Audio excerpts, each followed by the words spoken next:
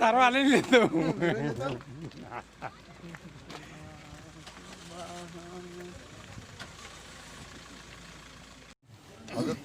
Master Abdul Ghani साहब ये इस कोठा से तल्लुक़ रखते हैं और ये उस इलेक्शन में हमारे साथ थे, आज भी हैं, तो मैं इनका शुक्रिया अदा करता हूँ।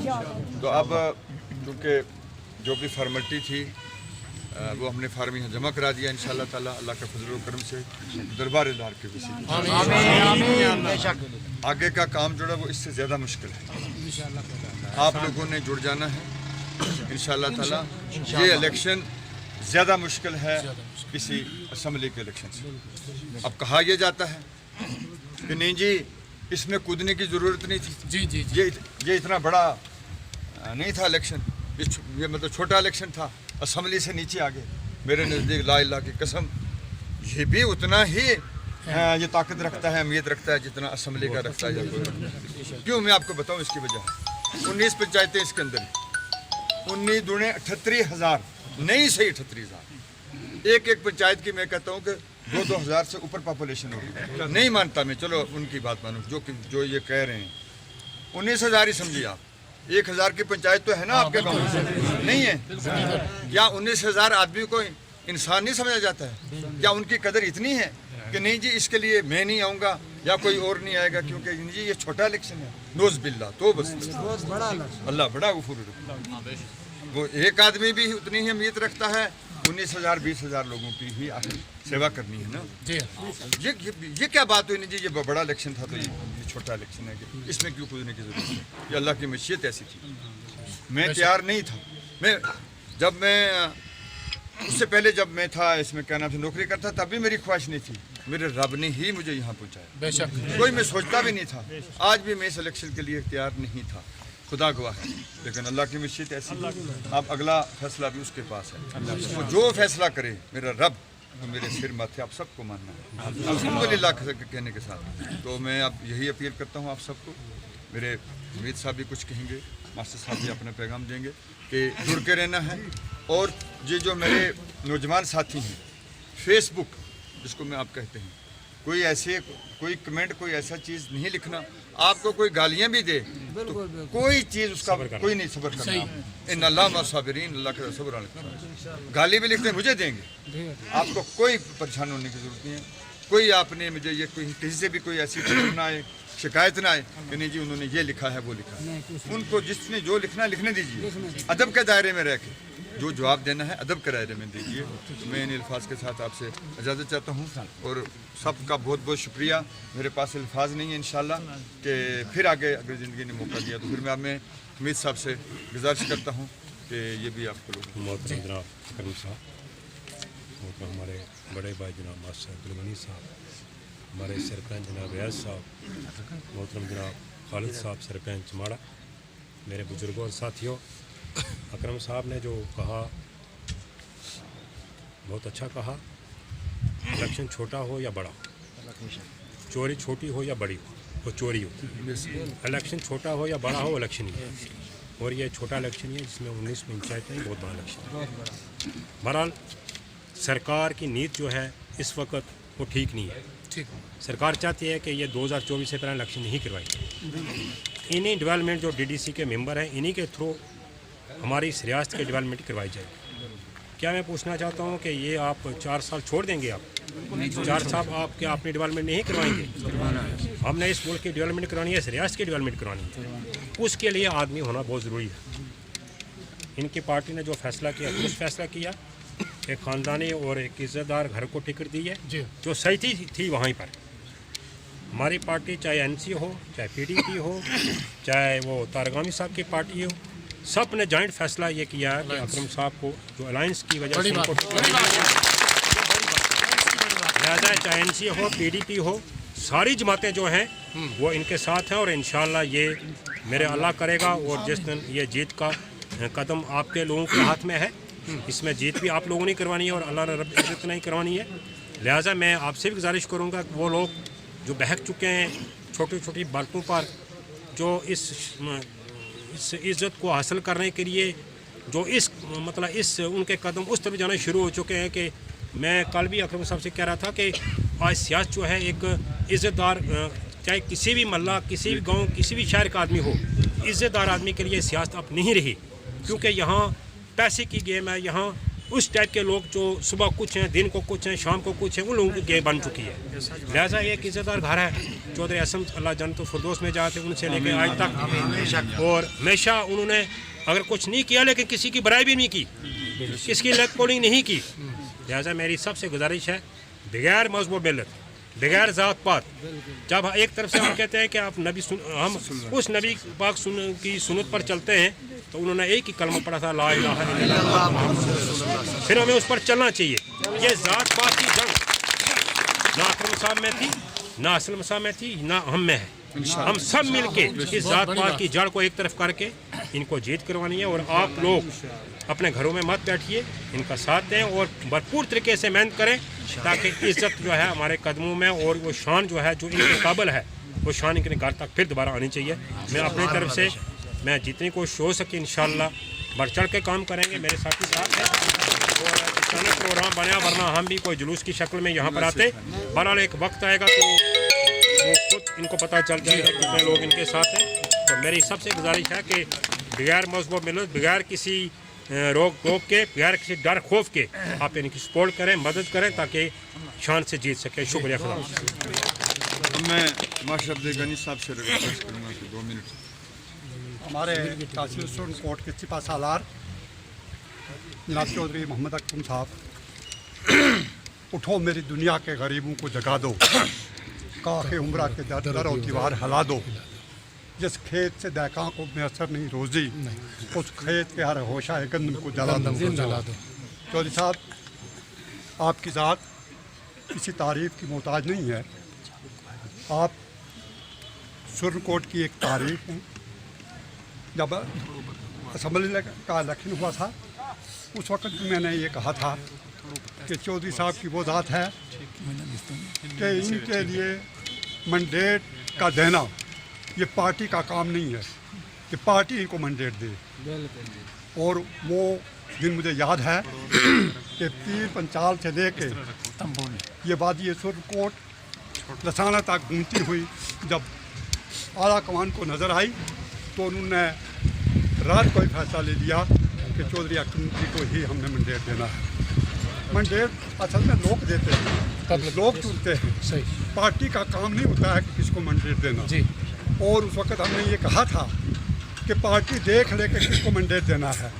और हम चौधरी साहब को ये पार्टी शिकनी नहीं करते हैं, ये कांग्रेस के बड़े वफादार रहे हैं।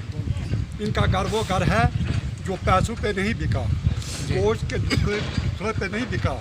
ये अटल रहे, अपनी जगह पे कामयाब रहे। इनके वालिद मरहूम तब भी पार्टी में, और जब नाकाम हुए तब भी पार्टी में। आज लोग वो बात नहीं करते हैं, आज लोग पैसे के पीछे पड़े हैं। ये मादी दौर है, जिसने पैसा दिखाया वो दूसरे कैंडिडेट भी आ रहे हैं, हाँ, उसके पीछे चल जाते हैं। तो आज जब मैंने कल ही सुना था, तो जब चौधरी साहब ने आज अपना नॉमिनेशन भर दिया है, इंशाअल्लाह हम दिलो जान से इनको वोट देंगे और जहाँ तक हमारी कोशिश होगी इनको जिताने की कोशिश करेंगे इंशाअल्लाह। कोई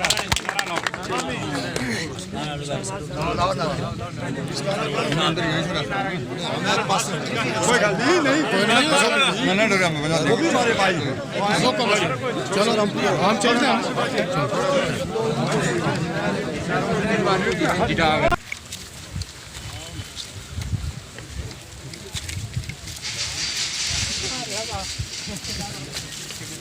हो गया ना। अस्सलाम वालेकुम नाज़रीन, जैसा कि आप जानते हैं ज़िला पुंछ की मैं बात नहीं करूंगा, मैं पूरे यूनियन टेरिटरी जम्मू कश्मीर की बात करूंगा। डीडीसी इलेक्शन की अगर बात की जाए तो काफ़ी तादाद में जो है लोगों का जोशो खरोश देखा जा रहा है। तो आज हमारे साथ एक्स एमएलए चौधरी मोहम्मद अकरम लसानवी साहब हैं जिन्होंने अभी फॉर्म भरा है, तो उनसे जानेंगे कि जो अभी जो मंशूर की अगर हम बात करें उनसे जानेंगे कि उनके मंशूर क्या है और खासकर डीडीसी इलेक्शन जो है इनका फ़ायदा आम पब्लिक को क्या हो रहा है। चौधरी साहब खैर मकदम है आपका प्रोग्राम में। सबसे पहले मैं ये जानना चाहूँगा कि जो एक बात क्लियर करनी है, जो सोशल मीडिया की अगर हम बात करें और भी र्यूमर्स जो थे कि चौधरी साहब को मैंडेट नहीं मिलने वाला, काफ़ी लोगों ने कुछ स्टेटस भी अपडेट किए थे कि मैंडेट हमें जो है वो मिल चुका है। तो आप सबसे पहले मैं मैंडेट का पूछूंगा कि आपको मैंडेट मिल चुका है?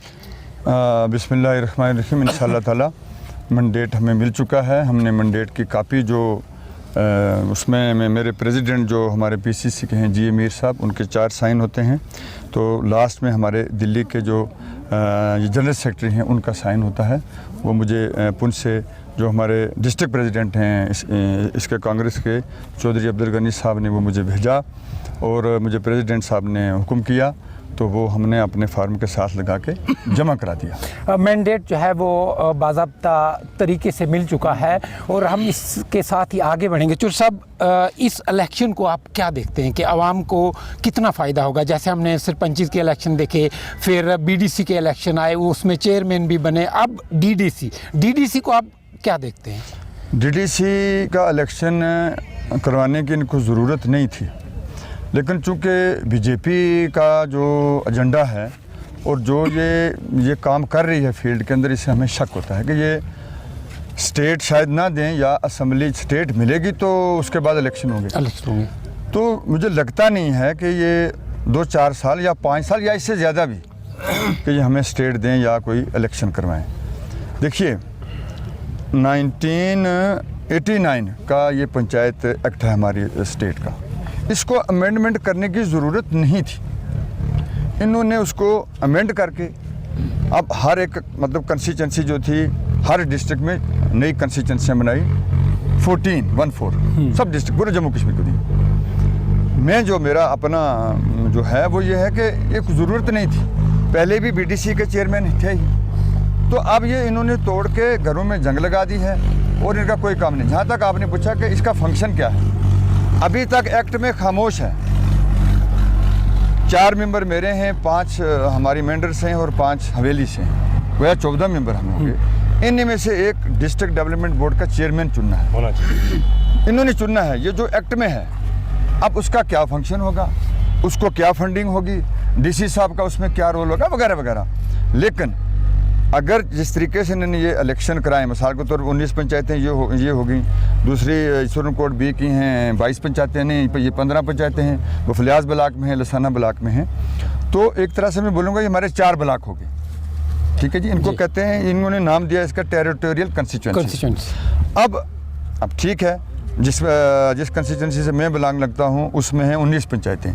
अब उसमें जो भी डेवलपमेंट का काम होगा किस सूरत से इन्होंने करना है, एजेंडा क्या है, वो हम इनसे पूछ के इंशाल्लाह ताला और बीजेपी को पकड़ेंगे कि अगर आपने ये कुछ किया है लोगों की बहबूद के लिए, उनकी बेहतरी के लिए, अगर क्या है इंशाल्लाह ताला आप लोग बिल्कुल बेफिक्र रहिए। अल्लाह ताला ने अगर कामयाबी दी इंशाल्लाह आप लोगों की आवाज़ जिस फोरम में भी उठानी होगी बड़े ज़ोर शोर के साथ उठाएंगे। इससे पहले भी उठाते रहे, अब भी उठाएंगे, घबराने की ज़रूरत नहीं है। अब जब ये हो जाएगा मुकम्मल तो फिर आप हमारा काम देखेंगे इंशाल्लाह ताला। शुक्रिया। आज़ादी के बाद की मैं बात करूँ, आज़ादी से लेके अब तक मुझे नहीं लगता कि ये पार्टियाँ कहीं यूनाइट हुई थी। तो आपको क्या लगता है कि गुपकार डिक्लेरेशन को लेके, जिसमें इंडियन नेशनल कांग्रेस का भी एक अहम रोल है, तो भारतीय जनता पार्टी को इससे क्या नुकसानात हो सकते हैं? देखिए जनाब, बिल्कुल आपने ठीक फरमाया कि 1947 के बाद हमारी यहाँ सबसे बड़ी पार्टी थी वो नेशनल कॉन्फ्रेंस। बिल्कुल। तो उसके बाद दूसरी पार्टियाँ निकली हैं, उसी से निकली हैं। फिर हमारी इंडियन नेशनल कांग्रेस, चूँकि ये हिंदुस्तान की ये सबसे बड़ी पार्टी है और सबसे बड़ी इसकी उम्र है। अब इन्होंने जो ये गुपकार डिक्लेरेशन किया है, तो ये वक्त की ज़रूरत है। हमारा एजेंडा जो मेरा, जिस पार्टी से मैं इंडियन नेशनल कांग्रेस से हूँ, उनका अलग एजेंडा है। पीडीपी का अलग एजेंडा है, एनसी का अलग एजेंडा है। ये आप तो सब लोगों को आप लोग जानते भी हैं, जिस तरह से बाकी पार्टियों में। लेकिन यहाँ वक्त की ज़रूरत ये है कि जब तक हमें दफ़ा 370 जो है वो वापस नहीं होगा, तब तक हमारा कोई यहाँ स्टेट को, मेरे ख्याल से कि वो आज़ादी नहीं है।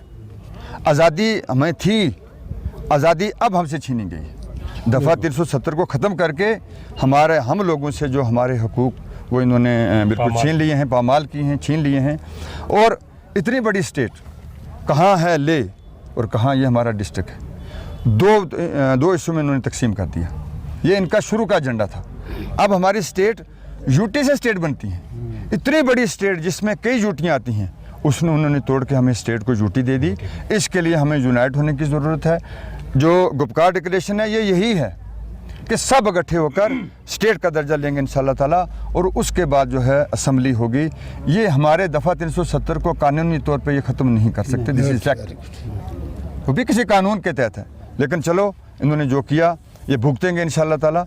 तो मेरी यही अपील है सब लोगों से कि आपस में इत्तेहाद में रहें, और जब कभी कोई इत्तेहाद की ज़रूरत पड़ी तो इंशाल्लाह फिर गठे बीजेपी के खिलाफ। एक बात और, सोशल मीडिया पे कुछ चीज़ें ऐसी गर्दिश कर रही हैं जो हमारी नज़रों से गुजरती हैं कि आम कुछ लोगों का ये मानना है, कहना है, लिखना है कि अकरम साहब एमएलए की कुर्सी पे ठीक थे, तो ये डीडीसी के इलेक्शन में आना उनकी ज़रूरत नहीं थी। तो ये मैं जानना चाहूँगा कि उन लोगों की क्या सोच है, क्या नहीं, ये मुझे नहीं पता।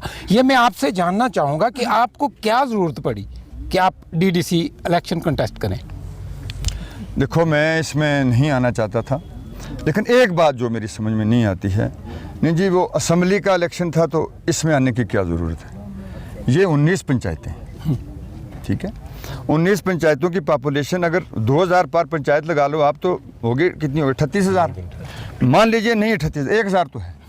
19,000 क्या वो ये लोग नहीं हैं। मैं इसको बड़ा छोटा नहीं मानता। अगर आपने खिदमत करनी है, आपके पास अगर 4 आदमी हैं, उनकी खिदमत भी आपने करनी है। अगर आपके पास 4000 आदमी हैं, आपने उनकी खिदमत भी बराबर तरीके से करनी है। ये थोड़ा है कि आपने 4000 के पीछे हो जाना है, इनको छोड़ देना है। तो ये क्या मतलब हुआ कि आपने ये 4 आदमी जो हैं इनको छोड़ देना है। नहीं जी, ये नहीं, मैं उसकी तरफ, अक्सरियत की तरफ जा रहा हूँ। नहीं, मेरे लिहाज से ये बुनियादी इलेक्शन है। असम्बली का इलेक्शन, कुर्सी ये भी वोट के साथ हो रहा है ना, असम्बली का इलेक्शन भी वोट के साथ। कोई फ़र्क तो नहीं है। वही बैलेट बक्स यहाँ है, वही बैलेट बक्स हैं यहाँ। जो है इन्होंने तकसीम किया है, लेकिन है तो वोट है। तो उस वोट के साथ ही तो आदमी इसका लेजिस्लेटिव असम्बली का मेंबर बनता है। तो ये भी वोट के साथ ही तो मेंबर बन रहा है।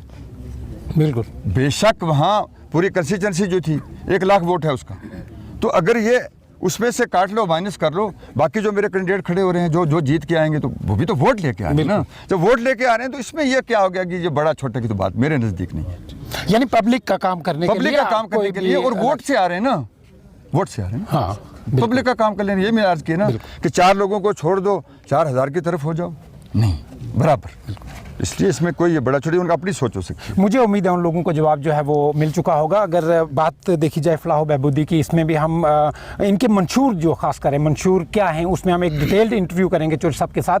तो इसी के साथ चौधरी साहब आपका बहुत बहुत शुक्रिया बात करने के लिए। नाज़रीन, अपने मेज़बान जो मैं अब ये चाहूँगा कि हमीद मनाज साहब हमारे साथ हैं, उनकी सियासी तौर पर भी और समाजी जो काम काज हैं उस पर काफ़ी गहराई से वो देखते हैं और पकड़ भी है, और हमेशा मुद्दे जो हैं वो उठाते रहते हैं। हमीद साहब, सबसे पहले मैं ये जानना चाहूँगा, आप म्यूनसिपैलिटी में काउंसलर भी हैं।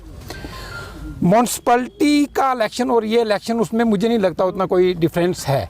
तो सबसे पहले मैं ये जानना चाहूँगा कि इस इलेक्शन को आप किस निगाह से देखते हैं? क्या ये जो आम लोगों के बुनियादी हकूक़ हैं, जो डेमोक्रेटिक राइट हैं, फंडामेंटल राइट हैं, उनको पूरा करने में कारगर साबित होंगे? मैं गुजारिश करूँ कि इलेक्शन, मैंने पहला कहा, इलेक्शन छोटा हो बड़ा हो, इलेक्शन ही होता है। चाहे वो म्यूनसिपल कौंसिल के हों, म्यूनसिपल कॉरपोरेशन के हों या म्यूनसिपल कमेटी के हों या पंचायत के हों, ये सारे इलेक्शन ही हैं। गवर्नमेंट ऑफ इंडिया ने एक पैगाम भेजा है कि इस रियासत को चलो यूटी बनाया, आप ये डीडीसी के इलेक्शन करने जा रहे हैं, मैदान का भी खुला नहीं छोड़ना चाहिए। डेवलपमेंट करवानी है, जो डीडीसी की मेंबर की हैसियत से कराएं, चाहे एमएलए की हैसियत से कराएं, चाहे म्यूनसिपल कौंसिल के हैसियत से कराएं, चाहे पंचायत के पंच या सरपंच की हैसियत से कराएं। लोगों की खिदमत ही करनी है। जैसे चौधरी साहब ने दुरुस्त कहा कि 4 आदमी आपके पास हैं, 4 की भी खिदमत करनी है, अगर 4000 है उनकी भी खिदमत ही करनी है। खिदमत का एक तरीका है, कई जगह खिदमत जो है वो उसके लिए वैसी एरिया होता है, किसी जगह पर कम होता है। मान लेते हैं कि ये 1.5 लाख इसकी आबादी हमारी इस अंता इंतखाबात सुरंग कोट की 1.5 लाख से 90-95 हज़ार हमारा वोटर है। लेकिन मैं कहता हूँ जैसे कि पर पंचायत अगर आप 1,500 रखें आप, फिर भी 30,000 बनता है। 20-19 की बात है, 30,000 पॉपुलेशन पर भी ये कमान करेंगे। इंशाल्लाह इनकी कमान तो पूरी इस सुरंग कोट पर है, लेकिन कुछ हदूद जो एरिया है उस पर तो ये डायरेक्ट अपनी बात कर सकते हैं। बाकी हमारी पार्टी ने एक फ़ैसला किया है, मैं इसको पार्टी से मैं बेसिकली मैं भी इलेक्शन लड़ा था, लेकिन उस उन्होंने सस्पेंड किया था। फिर भी मैडम ने सुबह मेरी हुई, महबूब जी से बात हुई, उन्होंने कहा कि आप अकरम साहब की सपोर्ट करें। एनसी और पीडीपी के दोनों पार्टियों ने एक अलायंस की वजह से उनको टिकट दी गई, आप उनकी सपोर्ट करें। उनको जीतना चाहिए कि मत कोई ज़रा भी उनके खिलाफ कोई बात उठी। हमने उनके हुक्म के मुताबिक उनकी तामील की और यहाँ पहुँच गई।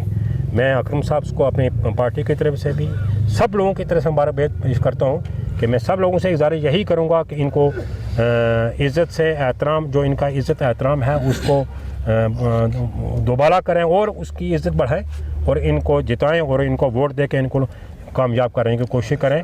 क्योंकि हमारी पार्टी का मंशूर सब पार्टियों में मिल के एक जो इतिहाद बना है वहाँ गुपकार इतिहाद बना है, उस इतिहाद की वजह से ये खड़े हुए हैं, इनको टिकट मिली है। हमारा फ़र्ज़ बनता है इनकी मदद करना और इंशाअल्लाह इनको जिता कर खाएंगे। नाज़रीन, हमीद साहब ने बहुत बड़ी बात कही है। ये इत्तेहाद की अगर बात की जाए, आपको इंडियन नेशनल कांग्रेस और पीपल डेमोक्रेटिक पार्टी जो है वो इकट्ठे एक मंच पर नज़र आ रहे हैं, लेकिन इसमें आम लोग वो किसी भी सियासी पार्टी से जुड़े हों, मेरा ये मानना है कि आप सबको यूनाइट होके अपना जो आपका मुहिब प्यारा आपको लगता है कि हमारी रहनुमाई करने वाला ये कैंडिडेट है उसको ज़रूर वोट करना चाहिए। इसी के साथ आपने मेज़बान महमूद ख्वाजा और मेरी पूरी टीम को दीजिए इजाज़त। खुदा हाफिज़।